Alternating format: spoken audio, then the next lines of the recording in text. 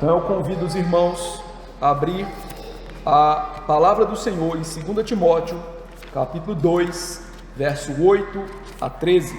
Vai ser o trecho que nós vamos meditar hoje na palavra do Senhor. 2 Timóteo, capítulo 2, verso 8 até o verso 13. Farei a leitura, peço aos irmãos que acompanhem com muitíssima atenção.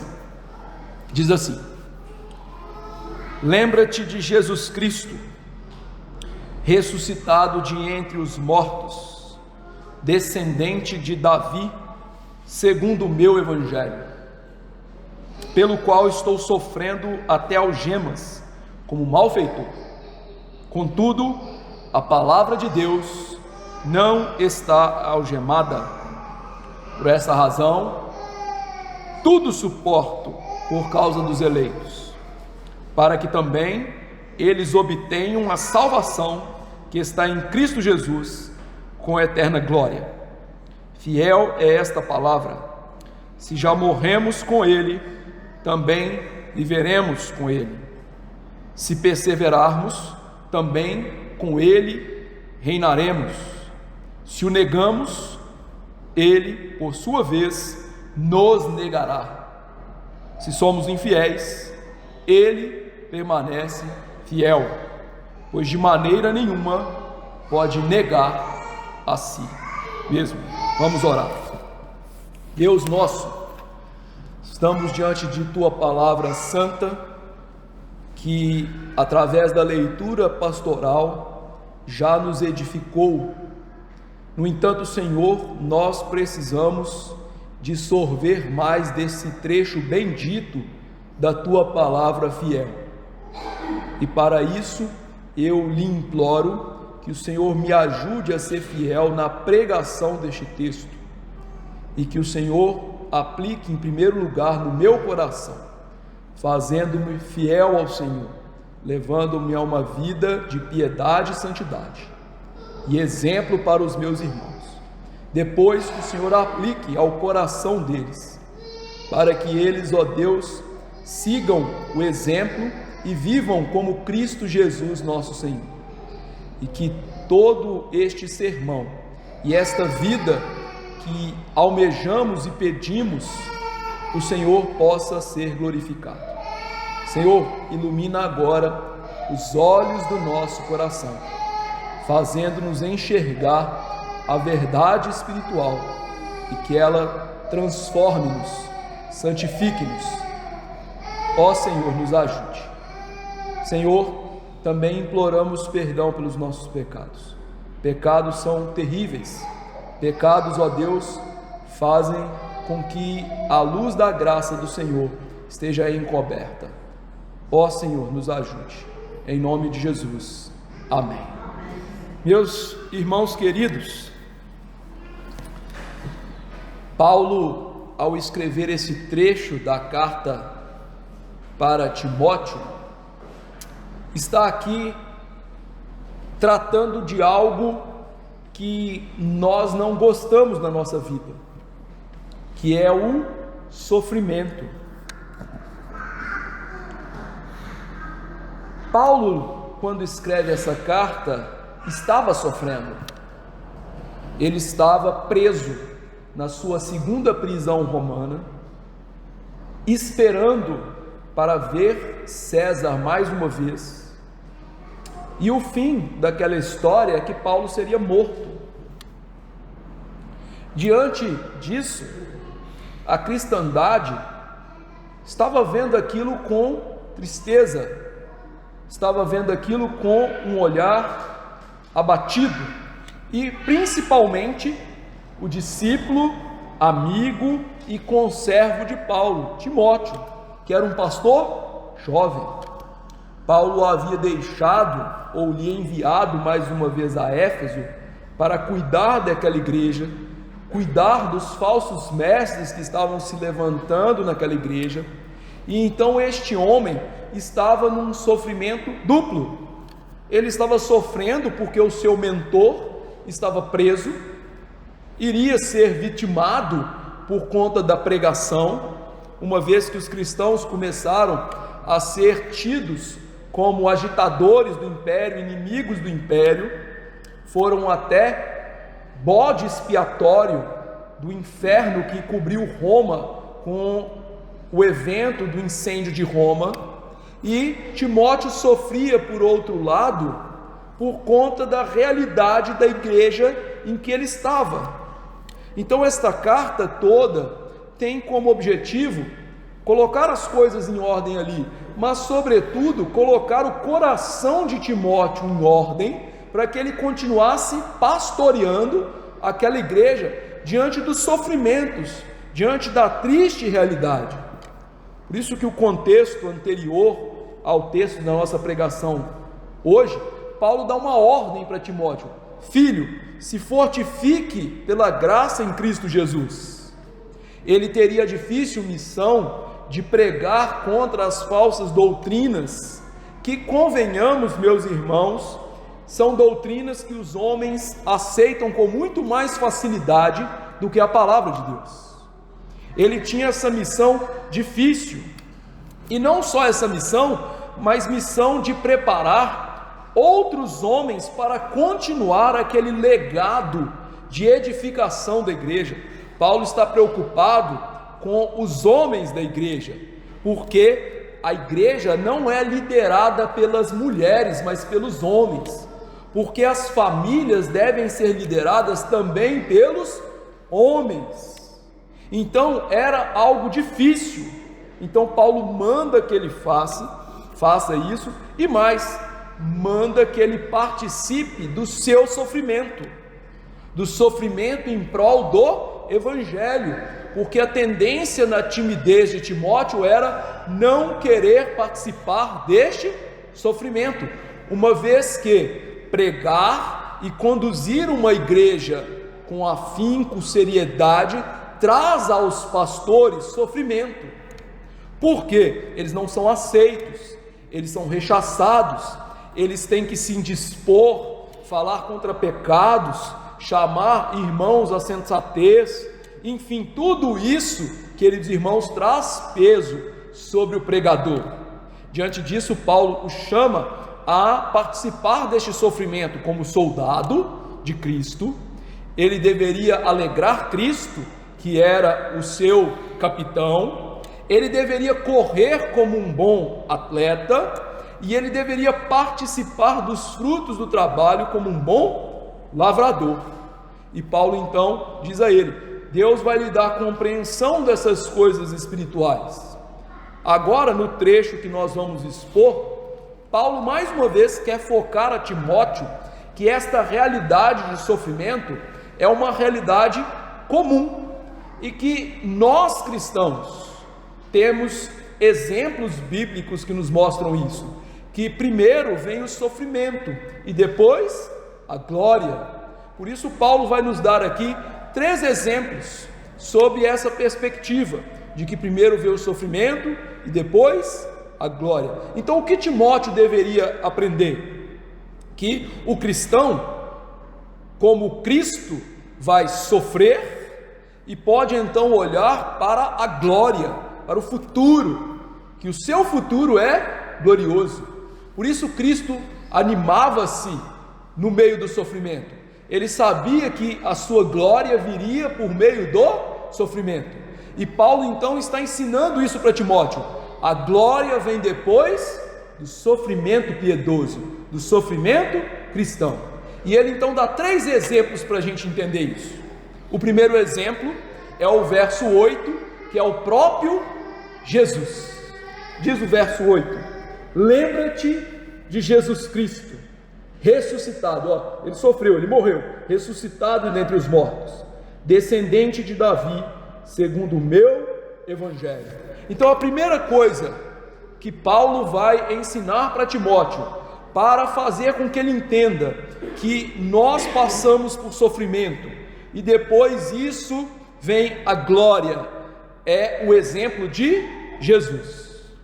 Por que Paulo fala isso para Timóteo? Em primeiro lugar, nós, em nossa fraqueza, nós temos o costume horrendo de nos esquecer de Cristo e da história de Cristo. Quantas pessoas, por exemplo, se dizem cristãs e passam um dia inteiro sem se lembrar de Jesus Cristo? Quantas vezes há pessoas que passam uma semana sem se lembrar de fato de Cristo? Paulo está falando isso porque ele sabe que a realidade de nós pecadores é de fraqueza, que a nossa fé não é tão forte quanto pensamos e que muitas vezes nós desviamos o nosso olhar para aquilo que é passageiro, para aquilo que não vale a pena. Então é por isso que ele dá essa ordem: lembre-se de Jesus Cristo. Nós temos uma tendência nata, nascida com ela, de nos desviarmos das coisas espirituais, de nos desviarmos de Jesus Cristo, nosso Senhor. E quando eu estou falando de desviar aqui, meus irmãos, não é deixar a igreja, eu estou falando de desviar no sentido de perder o foco, de Cristo sair da nossa mente, do nosso coração, do nosso olhar, de Cristo deixar de ser a centralidade da nossa vida. Por isso, preocupado com a fraqueza espiritual daquele homem, que representa a fraqueza espiritual dos cristãos, ele ordena: lembre-se de Jesus. Jesus é algo que deve estar no nosso coração e mente, na nossa meditação, na nossa devocional, na nossa vida, sempre. Lembre-se de Jesus. E em segundo lugar, Cristo é o exemplo máximo de uma vida piedosa e de alguém que sofre por causa da sua piedade. Timóteo, meus irmãos, estava em grande sofrimento por causa da palavra de Deus.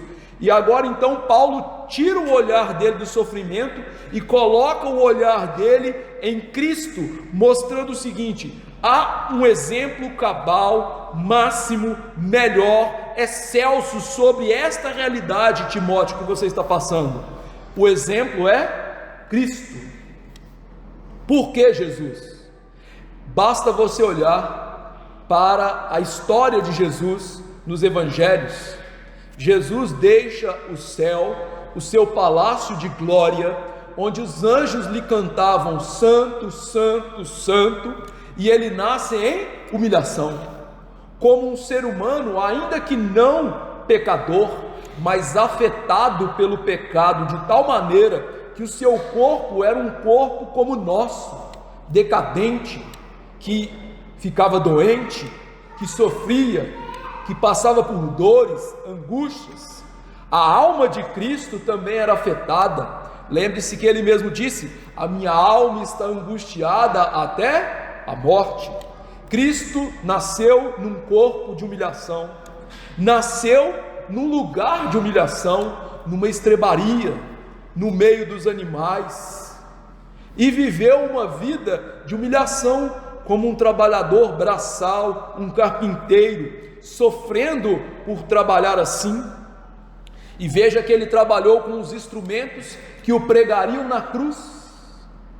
Além disso, Jesus pregou durante 3 anos em seu ministério, sendo perseguido duramente pelos judeus, povo que deveria ter lhe aceitado, lhe aclamado como rei, aberto seu coração e o tomado como seu Salvador.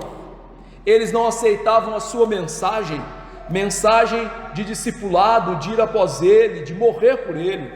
Eles não aceitavam a sua autoridade. De onde você tem essa autoridade, Cristo, de tirar os vendedores do templo? Eles não aceitavam os seus feitos como uma indicação clara de salvação, como uma indicação clara de que ele era Deus em carne. Além disso, muitos dos seus ouvintes, como temos aprendido nos evangelhos, não estavam interessados na sua identidade, no seu discipulado, queriam apenas os alimentos, as curas, não queriam ouvir a palavra de Cristo, que os chamava a uma vida santa e piedosa, pois quando ele assim o fez, eles disseram: duro é esse discurso. E depois de 3 anos desta realidade de sofrimento, o que acontece? Ele é traído pelo seu discípulo íntimo, os seus discípulos o abandonam, e ele morre pregado a uma cruz romana, entregue pelo seu próprio povo para ser alvo da ira de Deus. Mas diante de todo este sofrimento, Cristo manteve-se firme na sua pregação, na obra da redenção, e é isso que Paulo está chamando a atenção de Timóteo. Olhe para o exemplo de Jesus. Não houve, não haverá jamais ninguém nesse mundo que viveu de maneira mais piedosa do que Jesus. Não houve nesse mundo e não haverá jamais alguém que sofresse mais do que Jesus. Este é o seu exemplo, Timóteo. E veja, ele diz aqui que esse Cristo era o descendente de Davi segundo o Evangelho, mostrando então que esse Cristo, passando por tudo isso, mesmo assim, ele era o prometido de Deus, o verdadeiro rei. Paulo aqui está trazendo à mente daquele homem que Cristo, meus irmãos, sofreu tudo isso, e não era sinal, portanto, de alguém que era um condenado, de alguém que não era querido por Deus, de alguém que não valia nada aos olhos de Deus. Pelo contrário, ele era o Cristo, o Filho de Deus, o tão prometido Messias Salvador, que aquele sofrimento fazia parte de sua missão, de tudo que ele deveria passar. E essa ideia é importante porque nós, seres humanos pecadores, nós geralmente tomamos as agruras e provas e sofrimento como uma prova do desfavor de Deus para com a nossa vida. Isso não é verdade.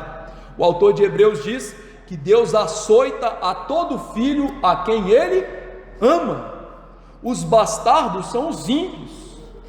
O sofrimento dos ímpios não é o sofrimento piedoso. O sofrimento dos ímpios é a antessala do inferno, o antegozo da ira, ao contrário do sofrimento justo e piedoso. Mas veja, olha a lógica de Paulo. Ele diz que Cristo foi ressuscitado, mostrando então que esse homem, Cristo, que é Deus em carne, que sofreu, ele não ficou morto, ele foi ressuscitado, ele não perdeu a batalha, ele venceu seus inimigos, a morte. A ressurreição o mostrou como o justo Filho de Deus, o glorificou na sua natureza humana, e hoje ele está à destra de Deus, no trono de Davi seu pai, como o rei prometido, governando as nações e todas as coisas que existem. Então a lógica de Paulo é: olhe para Cristo, porque o exemplo de Cristo é aquilo que acontece com os crentes, isto é, Cristo primeiro sofreu de maneira piedosa, para só então ele ascender à glória que lhe é devida. A sua ressurreição marca esse virar da história, de sair do sofrimento para a glória. E é isso que Paulo queria que Timóteo entendesse. Esta é a ordem natural das coisas. Primeiro, ao sofrer piedoso. Primeiro, a vida de Jesus sendo humilde, manso, amoroso, fiel, mas uma vida de sofrimento. Depois veio a glória de Jesus. Essa é a mensagem. E veja, isso se cumpre só na vida de Jesus? Não. Talvez você pudesse dizer: ok, mas esse foi o caso de Jesus, esse não é o caso dos demais. Por isso Paulo dá um segundo exemplo, verso 9 e 10: pelo qual estou sofrendo até algemas como malfeitor, contudo a palavra de Deus não está algemada. Por essa razão tudo suporto por causa dos eleitos, para que também eles obtenham a salvação que está em Cristo Jesus, com eterna glória. Percebe, irmão, que ao ler esses versículos, a lógica é a mesma. Jesus sofreu e foi glorificado. Agora eu quero dar o meu exemplo, Timóteo. Eu sofro e um dia eu serei glorificado. Paulo, após mostrar o exemplo de Cristo, ele passa a mostrar o seu exemplo. Não somente Jesus é um exemplo para os cristãos, mas também os pastores devem ser exemplos para os cristãos. Por isso, em outro lugar, Paulo disse: sede meus imitadores, como eu sou de Cristo. Nós cristãos, como somos todos discípulos, nós aprendemos através de imitação, de um mimetismo cristão, ou seja, de imitar outros cristãos, sobretudo cristãos que são referência, cristãos que são avultados no conhecimento e na vida piedosa. Então Paulo usa esta ideia, como as pessoas do nosso rebanho são os nossos filhos, como os filhos aprendem por imitação e por exemplo, ele está ensinando ao seu filho Timóteo: olhe para o meu exemplo, olhe para o meu exemplo, você é meu filho, olhe para mim. E é assim que os pastores têm que entender a igreja: vocês são os nossos filhos, nós temos que ser exemplo. Tem muita gente que fica assim: eu quero ser amigo do pastor. Você não é amigo do pastor, você é filho do pastor. Eu sou mais do que seu amigo, eu tenho que ser seu pai. Você pode ter 500 anos que eu vou ser seu pai, e eu tenho que lhe ensinar como filho, lhe dando exemplo e lhe ensinando as escrituras. E é isso que Paulo está usando aqui, a realidade do 5º mandamento: pastores são pai do rebanho. Então, Timóteo, você é meu filho, essa igreja é um bando de filhos para mim, então faça uma coisa: olhe para o meu exemplo. Cristo sofreu, eu também sofro pela sua palavra. Veja, não é um sofrimento vicário, não é um sofrimento substitutivo, é um sofrimento pela palavra, ou seja, eu sofro porque eu sou um pregador do evangelho. E meus irmãos, pastores e membros de igreja deveriam entender isso. Ser pastor é um grande privilégio, ser líder da igreja é um grande privilégio, mas isso também traz um ônus muito grande para aqueles que são líderes. Nós não podemos ter uma vida relaxada, nós não podemos ter uma vida como os demais membros da igreja, e sempre pesa sobre nós a responsabilidade de sermos fiéis, de falarmos sempre a verdade, de estarmos sempre, queridos irmãos, buscando uma vida de piedade, de santidade, e sofrer as custas desse tipo de vida ilibada, que muitas vezes concorre para inimizades, para sofrimento na carne, na alma. Veja só, eu quero dar um exemplo pessoal, e eu posso dar esse exemplo porque, graças a Deus, o fim foi positivo. Há 2 anos atrás eu recebi um presbítero, amigo meu, na minha casa, hoje, atualmente, o meu melhor amigo na fé, e esta pessoa estava em casa comigo, e nós, o dia que eles ficaram em casa conosco, eles me viram todos os dias fazendo culto doméstico, e a filhinha dele se levantou e falou assim: pastor, papai não faz o culto doméstico em casa. E eu virei para ela e falei assim: ele está em pecado. Eu falei isso na cara do meu melhor amigo. Ele poderia ter deixado de ser meu amigo, e se ele deixasse, o problema seria dele, mas percebe o ônus que isso traz para mim? Percebe o peso disso? Então, queridos irmãos, Paulo está mostrando para Timóteo que ser pregador do evangelho consequentemente vai levar a sofrimento. Não é possível ser um pastor fiel sem sofrer pela igreja. Por isso me preocupa muito esses pastores que dizem que são pastores e não sofrem, que são pastores e a igreja não os consome, que o ministério não os aperta,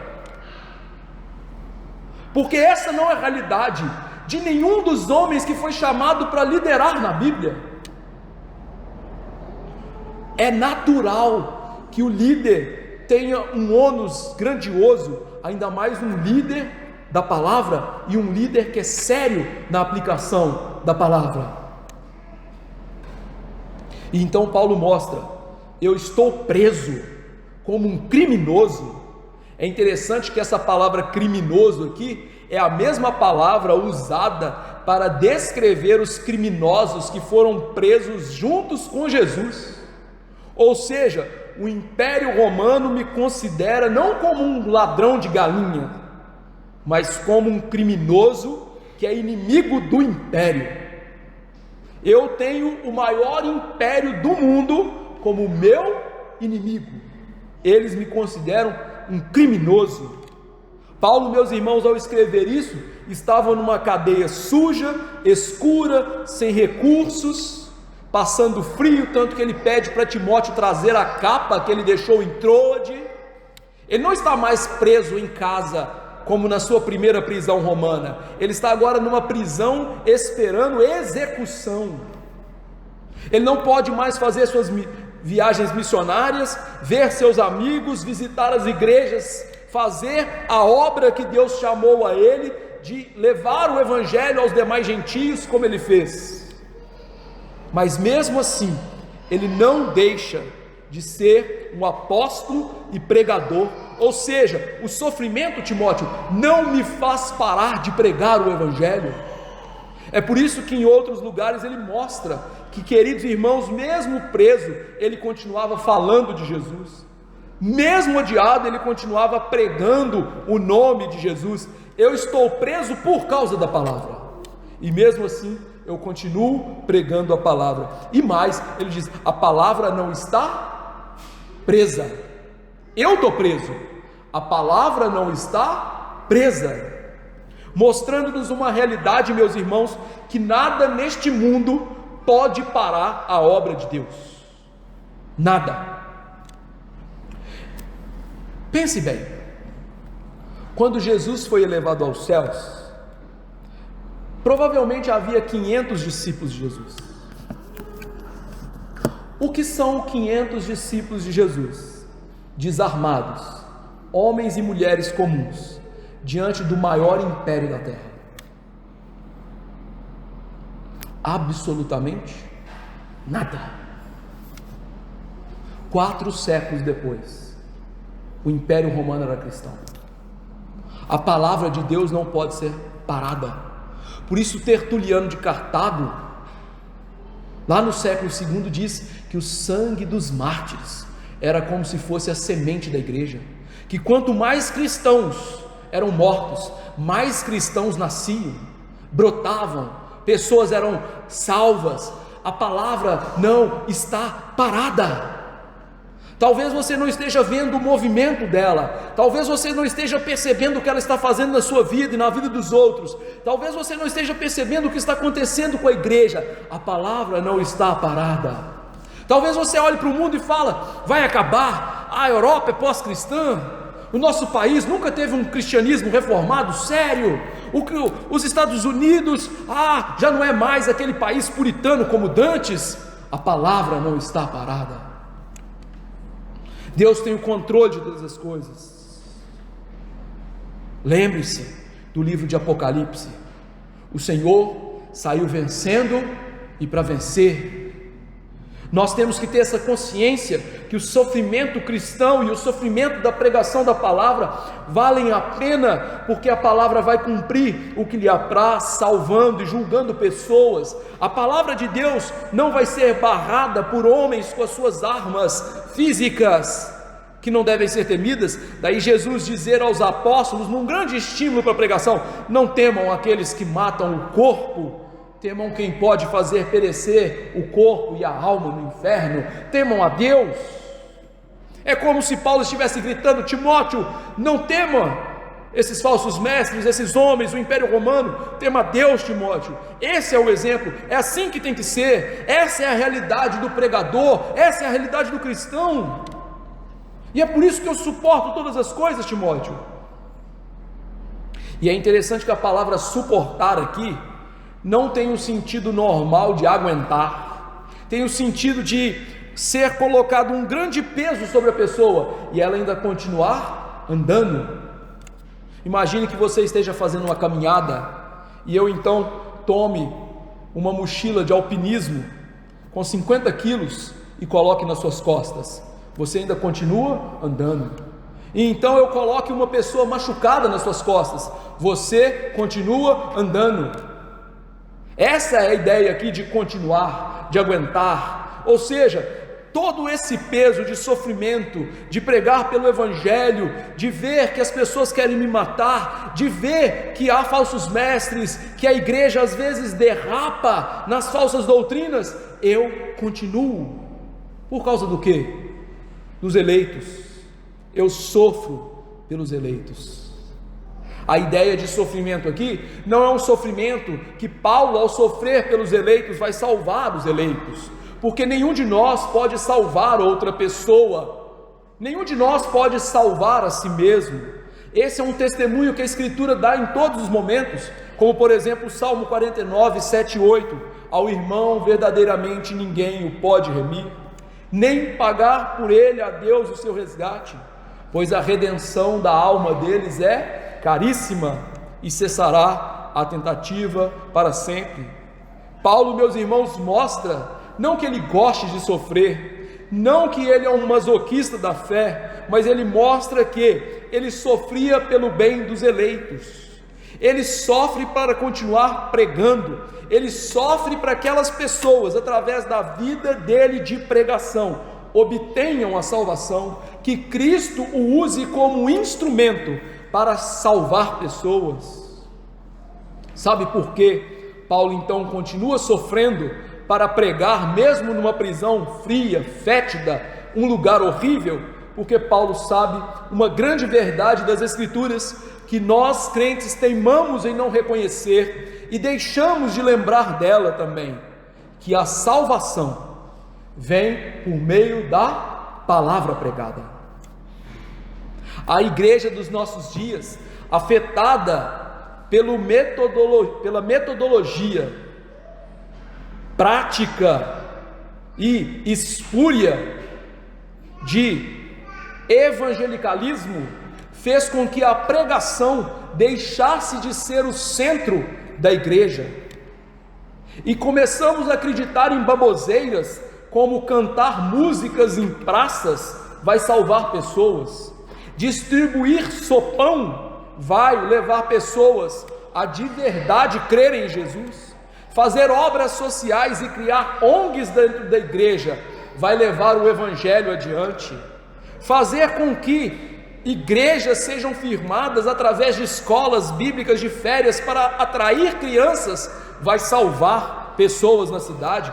Esse tipo de atividade típica do evangelicalismo moderno, que não tem base histórica, bíblica, e nunca foi ordenada por Deus, nunca, jamais vai salvar ninguém.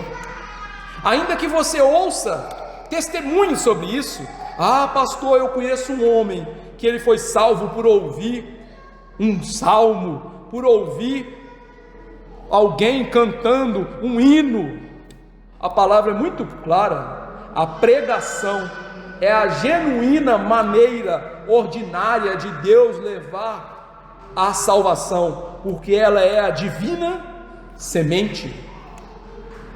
E talvez você esteja pensando que não era assim, então deixe-me ler a Bíblia para iluminá-lo, para esclarecê-lo, e diante disso, deixe o seu orgulho, se dispa do seu orgulho e das falsas práticas que você já praticou, e renda-se às Escrituras. A Bíblia diz assim: pois fostes regenerados, não de semente corruptível, mas de incorruptível, mediante a palavra de Deus, a qual vive e é permanente. 1 Pedro 1,23, Pedro está dizendo: vocês nasceram de novo, não porque alguém cantou, não porque alguém entregou um folheto, não porque alguém desenhou, mas porque a palavra de Deus fez vocês nascerem de novo. E nós sabemos que para a salvação é necessário crer, e a fé também não vem de nenhuma outra maneira a não ser pela pregação. Paulo diz em Romanos 10,17, assim a fé vem pela pregação, e a pregação pela palavra de Cristo. Não é folheto, não é música, não é cantata, não é sopão, não é obra social, é pregação. E se você não estiver satisfeito, eu vou elencar um texto e poderia elencar muitos outros.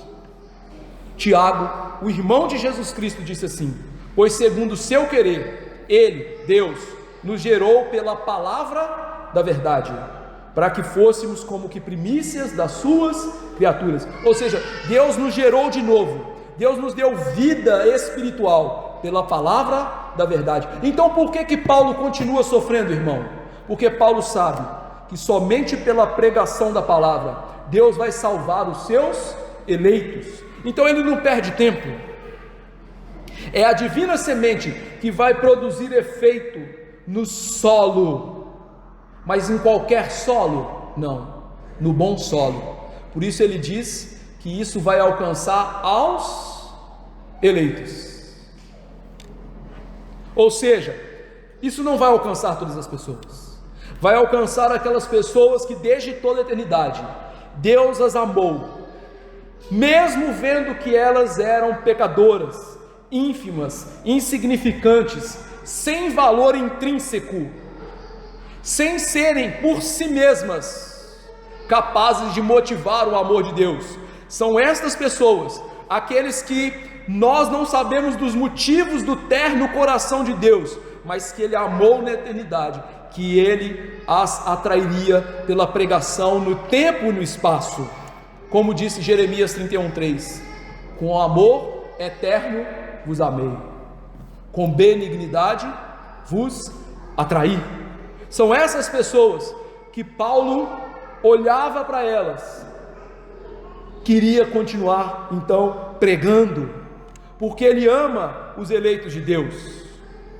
No entanto, queridos irmãos, ainda que isso não esteja no texto, deixe-me fazer um parêntese necessário aqui sobre isso, porque talvez tenhamos a capacidade de dar ênfase enorme no amor que nós temos pelos eleitos, mas eu gostaria de voltar os nossos olhos para a principal motivação de nós pregarmos a palavra e fazermos missões: a glória de Deus.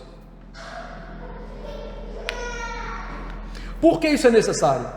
Sim, nós devemos amar os eleitos, nós devemos sim querer pregar os eleitos, mas a nossa principal motivação não pode ser os eleitos. A nossa principal motivação como cristãos, para todas as coisas, tem que ser a glória de Deus.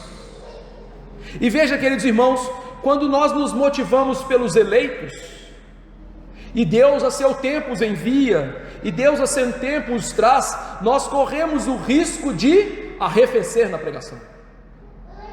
Por isso que nossa motivação não deve ser os eleitos. Além do mais, eleitos também pecam, caem, demoram para crescer na fé, para produzir frutos. Então a nossa motivação tem que ser sempre a glória de Deus. Isto posto, Paulo sim amava as pessoas, amava os eleitos. A sua motivação principal era a glória de Deus, sua motivação principal era fazer Cristo conhecido, mas sim, ele amava pessoas e queria levar essa salvação a eles. Por quê? Porque veja o que ele diz sobre Cristo: Cristo está em sua eterna glória. Ou seja, Paulo nos remete agora a essa realidade: Cristo é glorificado assim, Cristo está na sua glória, e aquilo que glorifica a Cristo nesse mundo é a salvação dos seus eleitos pela pregação da palavra. É isso que glorifica a Cristo. Você quer ver uma igreja que glorifica a Cristo? Veja uma igreja que prega a verdade e Cristo é glorificado, pessoas são salvas, Cristo é glorificado.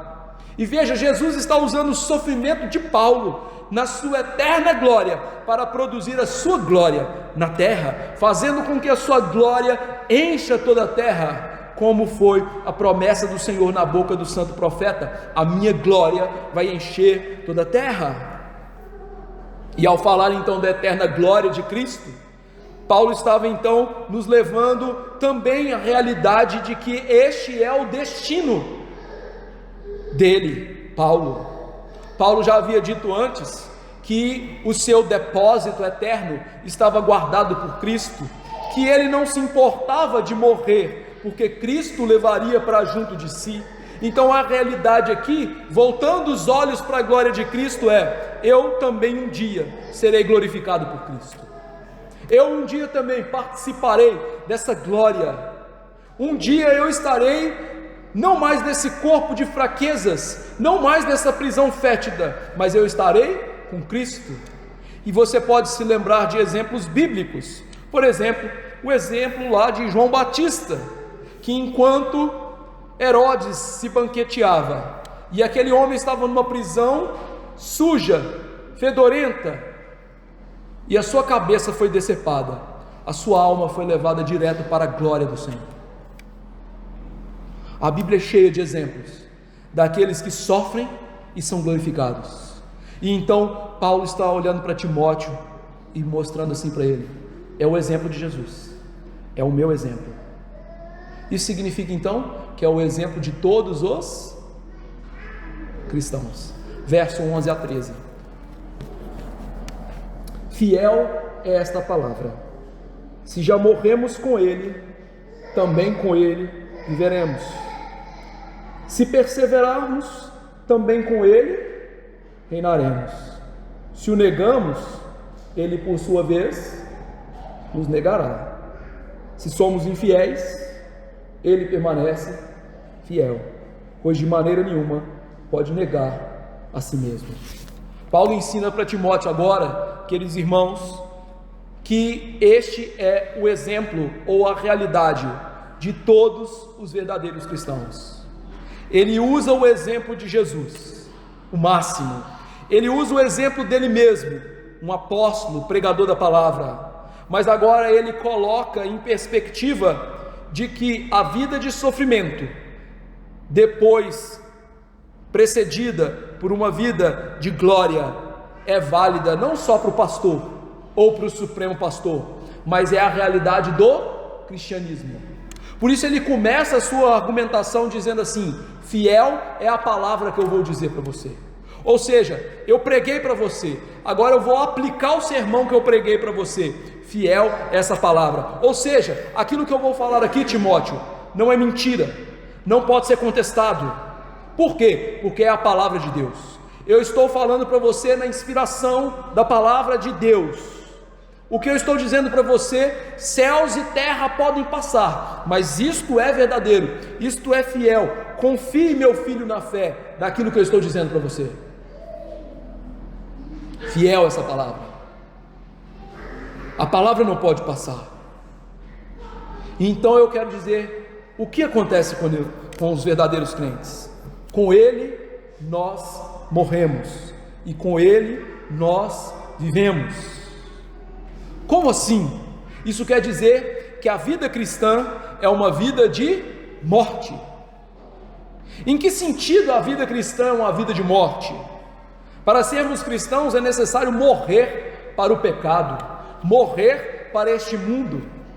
Pela manhã, falando sobre a santificação, nós vimos isso, que uma das etapas da santificação é a mortificação do pecado.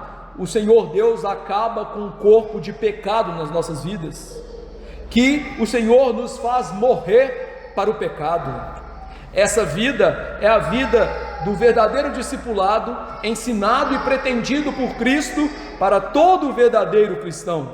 Jesus disse que nós deveríamos perder nossa vida, que nós deveríamos tomar a nossa cruz. Assim está em Marcos 8, 34 e 35. Então, convocando a multidão e juntamente os seus discípulos, disse-lhes: se alguém quer vir após mim, a si mesmo se negue, tome a sua cruz e siga-me. Quem quiser, pois, salvar a sua vida, perdê-la-á, e quem perder a vida por causa de mim e do Evangelho, salvá-la-á. Ou seja, a vida cristã é morrer. Morrer para o nosso ego, morrer para os nossos desejos pecaminosos, morrer para aquilo que nós queremos, para viver aquilo que Cristo quer para nós. E isso, meus irmãos, é uma vida que nos machuca constantemente, que ofende o nosso ego e orgulho constantemente, mas todo cristão é chamado a morrer para si. Aqueles que querem ter segurança nessa vida, vivendo de maneira temporal como os mundanos, estão na verdade vivendo para este mundo e morrendo para Cristo. Então, Paulo foca que a realidade do cristianismo é uma vida de sofrimento, é uma vida de morte. Não lhe dói na carne não alimentar o seu pecado?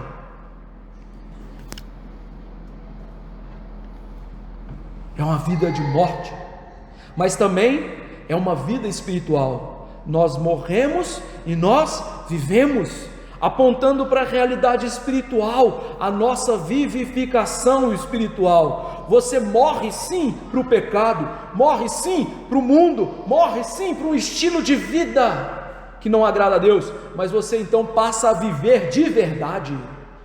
O morrer para esse mundo e viver as coisas de Deus é a verdadeira vida. As coisas espirituais são a verdadeira vivência, a verdadeira experiência sublime dessa vida e não o nosso pecado. Meus irmãos, subir uma montanha, ver as nuvens abaixo de você e o sol nascendo no horizonte como se fosse no mar, é algo sublime, e eu já fiz isso algumas vezes na minha vida, mas não se compara a ouvir sobre Cristo, estar na igreja, cantar os salmos, ouvir um sermão, ler a palavra de Deus, orar ao Senhor e ascender às realidades celestiais. A verdadeira experiência e vida são as coisas espirituais. E veja então, Paulo vê Timóteo e fala assim: olha para isso, foca nisso. Essa é a verdadeira vida. Ter segurança aqui, ter uma vida regalada aqui, não é a principal vivência do cristão. Pelo contrário, a verdadeira vida é essa, viver para Deus. Mas é uma vida de perseverança. Se perseverarmos com Ele reinaremos. A vida cristã não é uma vida de desistência. A vida cristã pode ser comparada a uma maratona. Querido irmão, você já correu uma meia maratona? 21 quilômetros? Não. Agora imagine correr 42 quilômetros. Nós hoje no nosso sedentarismo, se a gente correr 500 metros a gente morre, não é mesmo? 42 quilômetros. Imagina, não chega nunca, não é? As pernas doem, o ácido lático toma conta do nosso corpo, as fibras começam a desfalecer, nós começamos a suar e ali mesmo sofrer grandemente com a desidratação, com a sede, o calor, mas tem que chegar até o fim. Veja o que ele está fazendo. Ele está mostrando para Timóteo: a vida cristã é uma vida como correr uma maratona, é uma perseverança. A vida cristã não é parar no meio, a vida cristã é continuar até o fim. A vida cristã é então se vestir de Cristo e caminhar, é se revestir das forças do Evangelho e caminhar, é sorver da graça e continuar caminhando.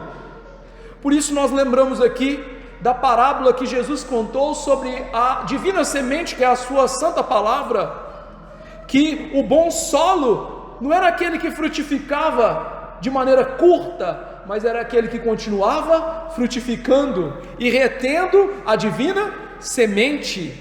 O verdadeiro crente, não por conta das suas forças, mas por conta da ação de Cristo lhe preservando pela fé e o seu poder, é aquele que continua, mesmo diante do sofrimento do Evangelho, mesmo diante de continuar negando o pecado, sendo afrontado pelas pessoas, sendo taxado como gentinha. O crente, ele não deixa essas realidades, para que um dia ele reine com Jesus. Imagine um homem preso numa cadeia, esperando a morte, debaixo do homem mais poderoso da terra, Nero César, e ele olha e fala assim: nós vamos reinar.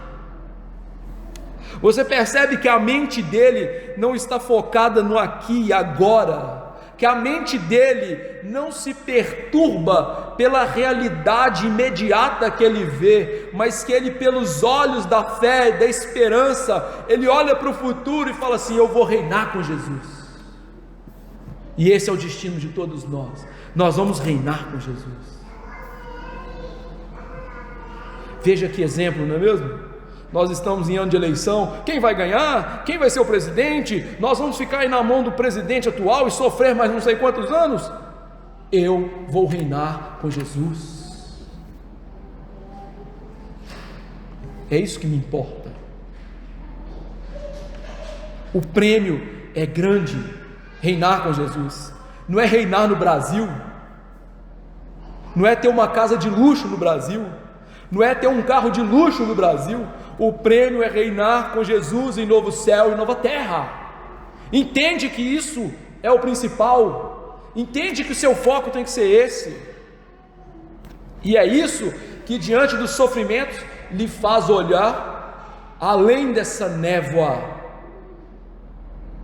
de um mundo sofrido.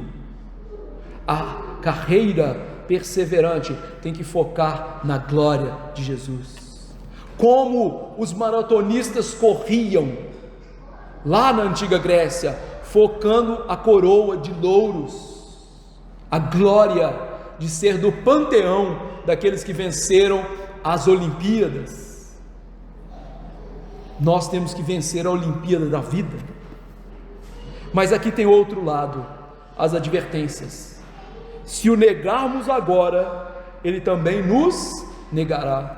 Quando Paulo, meus irmãos, fala da negação de Cristo aqui, ele não está falando de uma simples negação, e eu não falo simples aqui como de somenos importância, como a negação de Pedro, que um dia disse: eu não conheço Jesus, e nós já aprendemos sobre ela. Paulo está apontando aqui por uma vida de negação a Jesus, ou seja, uma vida em que nós dizemos não para Jesus e sim para o mundo, uma vida em que nós negamos seguir a palavra e os seus ensinos para nos conformarmos a este século e seguirmos as coisas deste mundo.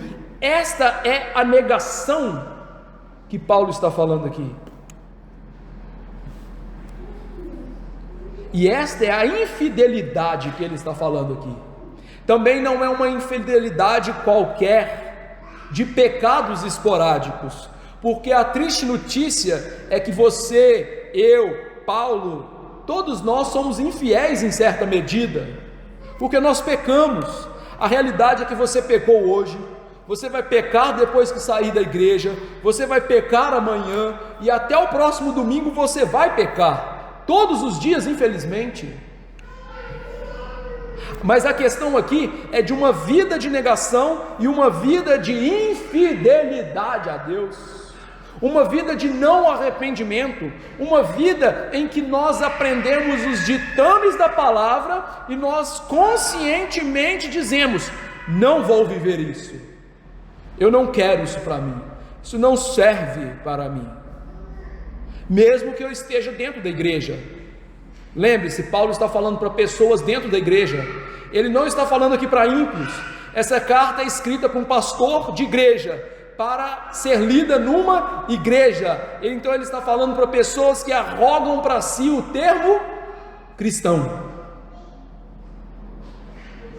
mas que são infiéis,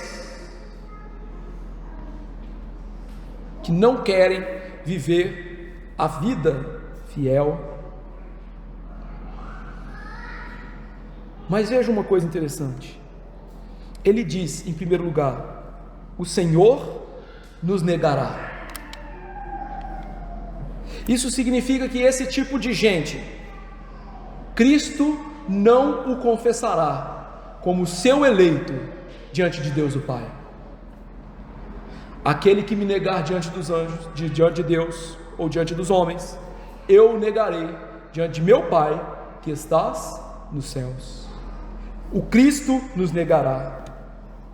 Paulo está mostrando aqui essa triste realidade, irmãos, de aqueles que arrogam para si o título de cristãos, mas que são infiéis à palavra, que são negadores contumazes de Cristo pela sua vida e o seu procedimento, no dia essencial de Cristo julgar todas as pessoas, Ele não dirá para tais: vinde, benditos de meu Pai. Ele dirá: apartai-vos de mim, malditos, que eu não conheço vocês. Cristo negará tais pessoas. Mas tem uma coisa bem interessante aqui, e que os irmãos não entendem esse texto. Veja a tônica: se nós negarmos a Cristo, Ele nos negará. Se somos infiéis, aí Paulo diz: Ele permanece fiel. As pessoas interpretam esse texto dizendo assim: eu posso pecar, que Cristo vai continuar fiel a mim. Mas não é isso que Paulo está dizendo. Veja a lógica, olha a lógica do texto. Ele está fazendo um paralelismo. Se nós negarmos, Ele nega. Se somos infiéis, Ele vai ser fiel. Em que sentido? Ele vai nos negar também. Ele não vai ser fiel a nós, Ele vai ser fiel àquilo que Ele disse. Ele vai nos negar.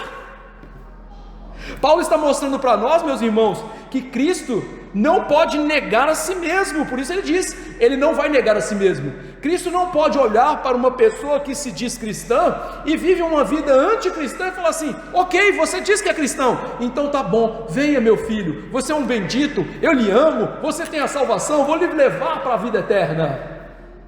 Ao fazer isso, Cristo negaria a si mesmo.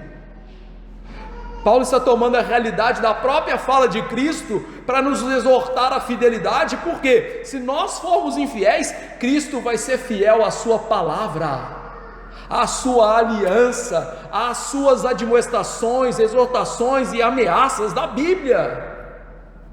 Você deve se lembrar de Deuteronômio, quando Deus fala sobre as bênçãos e maldições, Deus arroga para si a fidelidade. Se vocês viverem da maneira como eu estou dizendo, eu vou ser fiel, vou abençoar. Se vocês não viverem, eu vou ser fiel, vou amaldiçoar vocês. Essa é a ideia aqui, é a ideia da aliança, de que Deus, na sua santa aliança, não pode negar a si mesmo, e portanto aquilo que Ele prometeu na sua aliança, Ele há de cumprir. E Ele prometeu o que aos infiéis, aos adúlteros? Juízo. Essa é a lógica do texto.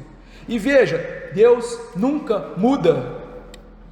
Ou seja, não pode haver esperança em nós de que naquele dia eterno, naquele momento derradeiro, Deus vai olhar e falar assim: ah não, agora eu vou salvar. Ele não muda. Ele permanece fiel a si mesmo, à sua promessa, às suas palavras. Isso é uma grande advertência para Timóteo e para todos nós. É assim que a vida cristã tem que ser: primeiro sofrimento e depois glória. Primeiro uma vida piedosa, depois uma vida gloriosa. Primeiro uma vida em que nós estamos nesse mundo sofrendo, passando agruras, depois uma vida de reinar com Jesus. A lógica sempre vai ser: primeiro os sofrimentos do Evangelho e depois a glória decorrente do Evangelho. Lembre-se disso, Timóteo, lembre-se disso, irmão. Esse é o caminho da vida cristã. Já que vocês não são pastores, né? Como viver esse texto? Primeira aplicação, e mais óbvia: os seguidores fiéis de Jesus podem esperar sofrimento. Mas eu não estou falando de qualquer sofrimento, eu estou falando de um sofrimento piedoso, por causa não dos nossos pecados, mas por causa de viver uma vida para Jesus. Viver uma vida para Jesus vai trazer sofrimento em todas as esferas da nossa vida. Todas. O sofrimento do Evangelho é natural ao verdadeiro crente.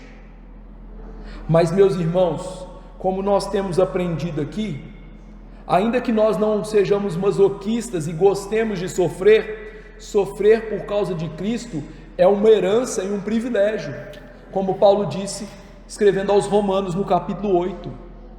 nós herdamos o sofrimento de Jesus, e é um privilégio sofrer por Jesus.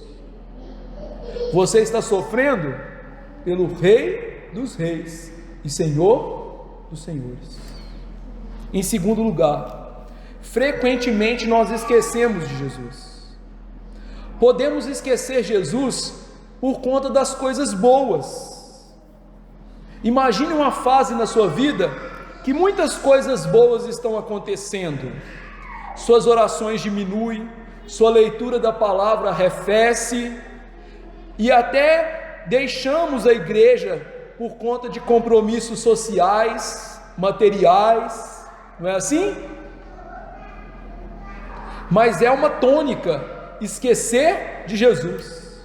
Então não deixe que as coisas boas lhe façam esquecer de Jesus. Meus irmãos, como isso é comum nos nossos dias. Eu vou contar um caso verídico, não vou contar o santo não. Um pastor conhecido, né? Tinha um membro da igreja dele que vivia falando assim: pastor, meu sonho é comprar um sítio. Meu sonho é comprar um sítio. Eu oro para comprar um sítio. E Deus foi e deu um sítio para ele. E ele sumiu da igreja. E aí um dia o pastor perguntou: meu irmão, por que você sumiu da igreja? Pastor, o sítio dá muito trabalho. E aí o pastor virou para ele e falou assim: então vamos orar para você vender o sítio, porque aí na igreja é muito mais importante que essa porcaria desse sítio seu. Onde que vai parar sua alma? Coisas boas podem tirar nossa atenção. É interessante como os churrascos só surgem no domingo, né? Como o futebol e a Fórmula 1 só surgem no domingo, não é mesmo? Como a visita dos parentes tem que ser sempre no domingo, não é mesmo? Como os trabalhos que dão mais dinheiro tem que ser no domingo, não é mesmo? Mas tudo isso tirando nosso foco em quem? Em Cristo. E eu lhe pergunto, no dia que Jesus voltar, será que sua alma está preparada para encontrar com Ele? E se não tiver, você achar que você é crente e não tiver? Porque um verdadeiro crente não abandona o culto para estar em outro lugar. O verdadeiro crente, ele se alegra por estar na igreja. Mas eu vou perder meu emprego, arranja outro. Pede a Deus: Senhor, eu vou deixar esse emprego e eu quero outro, para eu poder obedecer ao Senhor. Terceiro lugar, infelizmente as coisas ruins também nos afastam de Jesus. Muitas vezes o sofrimento, em vez de cumprir o propósito pelo qual Deus o colocou na nossa vida, que é nos aproximar de Cristo, nos levar a chorar, humilhar e estar com Ele, faz com que esqueçamos de olhar para o Altíssimo, de esquecer que somos filhos, que esquecer que Cristo pagou um preço altíssimo, esquecer que as coisas dessa vida são passageiras. Ou seja, sofrimento também pode tirar os nossos olhos de Jesus. Cuidado então com o sofrimento, e no seu sofrimento peça: Senhor, use-o para me fazer mais próximo de Jesus. Isso é o que importa. Quarto lugar, se nós podemos nos esquecer de Cristo, qual é a nossa missão? Nos esforçar para olhar a cada dia para Jesus. A cada dia. Querido irmão, não deixe passar um dia sem elevar os seus pensamentos a Jesus, sem olhar para Jesus com os olhos da fé. Essa é a sua missão: meditar em Jesus todos os dias, amar e servir Jesus todos os dias. Peça a Deus que lhe ajude a fazer isso. Quinto lugar, como fazer isso? Pela palavra, pela oração, pelo frequentar a igreja. Nós precisamos focar em Cristo através dos meios de graça. A leitura dioturna da palavra, a oração dioturna da palavra, o cântico dos salmos nas nossas vidas, o estar no culto público. É assim que nós miramos em Cristo. Sexto lugar, não pense que a palavra de Deus está parada. Queridos irmãos, nada pode parar a palavra de Deus. Nada. Devemos, como membros de igreja, focar nossas vidas na centralidade da pregação da palavra e entender que essa pregação da genuína palavra de Deus vai trazer salvação e juízo, que Deus no seu tempo haverá de acrescer, que Deus ao seu tempo também haverá de diminuir. O importante é a fidelidade na pregação da palavra, porque a salvação não vem por meio de mim ou de você, vem por meio do Deus que usa a palavra. O juízo não vem por meio de mim ou de você, mas do Deus que usa a palavra. Nossa missão é, eu como pastor, pregar fielmente, você como irmão em Cristo, evangelizar fielmente e fazer isso para a glória de Deus. Sétimo lugar, o que nos anima então é a doutrina da eleição.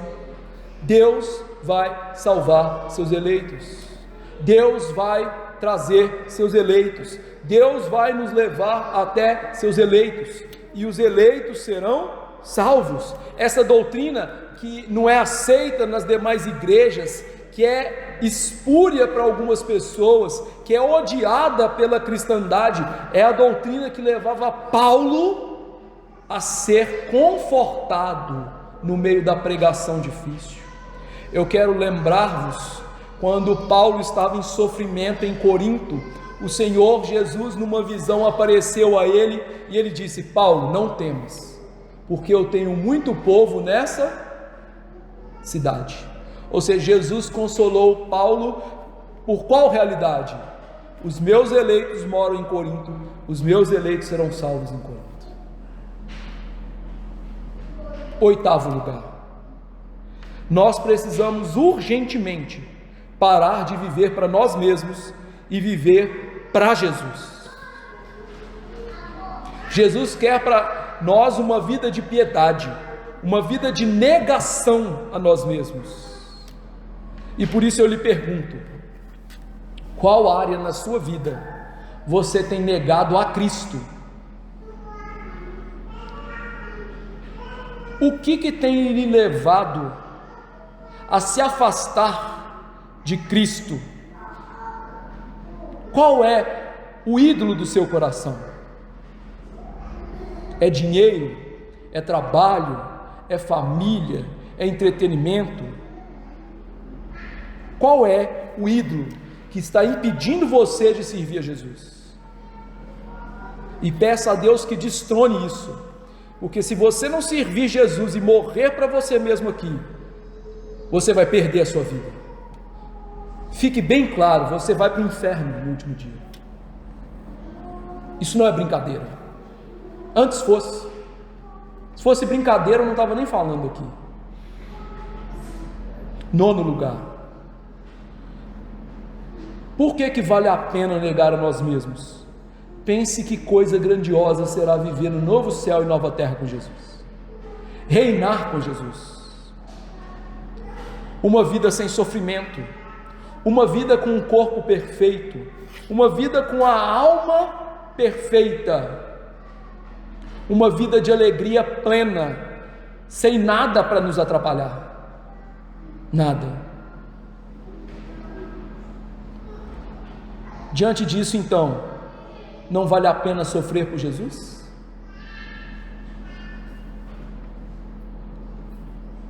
E em último lugar, se sofrermos por Cristo, se sofrermos vivendo para Cristo aqui, Ele nunca nos mandará embora, Diante disso, persevere na vida cristã, persevere na igreja cristã, peça ajuda ao Espírito Santo para você não negar a Jesus, peça ajuda para você não ser infiel a Jesus, peça ajuda para você nortear a sua vida pelos mandamentos de Jesus.